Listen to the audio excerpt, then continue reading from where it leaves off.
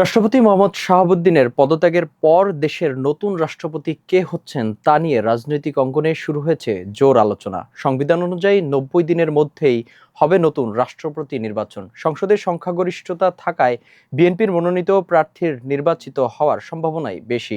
কারা রয়েছেন সেই আলোচনায় আর কি বলছে দল, বিস্তারিত থাকছে ডেস্ক রিপোর্টে। রাষ্ট্রপতি মোহাম্মদ শাহাবুদ্দিনের পদত্যাগের পর দেশের পরবর্তী রাষ্ট্রপতি কে হবেন তা নিয়ে চলছে জোর আলোচনা।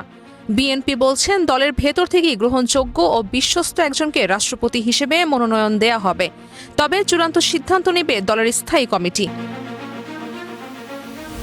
সংবিধান অনুযায়ী রাষ্ট্রপতির পদ শূন্য হলে স্পিকার ভারপ্রাপ্ত রাষ্ট্রপতির দায়িত্ব পালন করবেন এবং ৯০ দিনের মধ্যে নতুন রাষ্ট্রপতির নির্বাচন হবে। সংসদে সংখ্যাগরিষ্ঠতা থাকায় বিএনপির মনোনীত প্রার্থী নির্বাচিত হওয়ার সম্ভাবনাই সবচেয়ে বেশি।